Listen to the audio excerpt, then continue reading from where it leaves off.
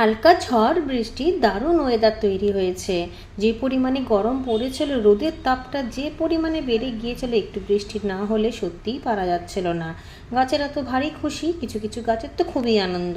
যেমন জুঁই ফুল গাছে মাথা কেটে দিয়েছিলাম, তার মধ্যে আবার বৃষ্টি হয়েছে, দারুণ সুন্দর দেখতে লাগছে। অবশ্যই ঝড় বৃষ্টিতে বেল ফুল জুঁই ফুল গাছে তেমন কোনো প্রভাব পড়ে না, এমনিতেই সারাটা গরমেতে দারুণ সুন্দর ফুল ফোটে। আমি তো মাথা কেটে দিয়েছিলাম শুধুমাত্র বেশি বেশি করে কুড়ি আসবে এবং ফুলটা ফোটার জন্য, তাতেই এত সুন্দর গাছ ভরে ভরে কুড়ি এসেছে।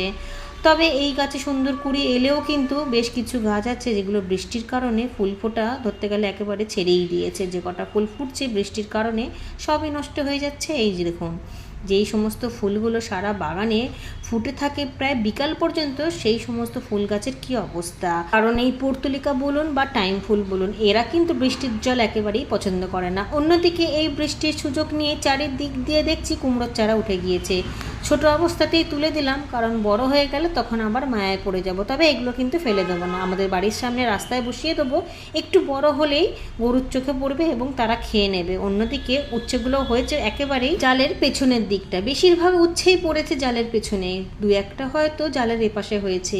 এগুলো কাটতে গেলে খুব অসুবিধায় পড়বো, একটু কাঁচি এদিক ওদিক হলে নতুন জালটাই নষ্ট হয়ে যাবে।